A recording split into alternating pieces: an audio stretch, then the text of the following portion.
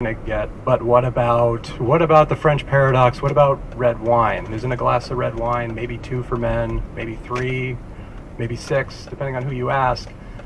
Isn't that associated with better health, or less cardiovascular disease, or more longevity? Yeah, I mean, I think the red wine thing came about through 2 things that you mentioned. One is the French paradox, which is, boy, the French seem to live a lot longer and they drink more, ergo it's got to be that. Of course, I think that to get into that topic in detail would sort of take the rest of our AMA, and it really has to do with just a poor understanding of epidemiology. So there are a lot of things that explain the French paradox. They also smoke more. I don't think that necessarily means smoking is better. So it probably has a little bit more to do with what they eat than what they drink or don't drink.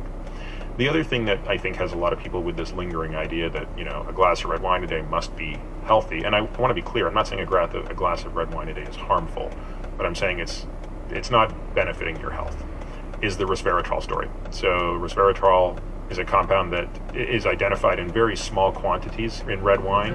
And there was one lab in particular at Harvard that many years ago, when I say many years ago, like probably 15 years ago, maybe 10 years ago, David Sinclair's lab had studied this in high concentrations, and they showed that it enhanced longevity, and that created like this huge wave of everybody wanting to take resveratrol supplements. There are 2 issues with this. The first is, even if you believe those data, which I categorically do not, and no lab has ever been able to reproduce them, and I'm not even convinced that Sinclair today would believe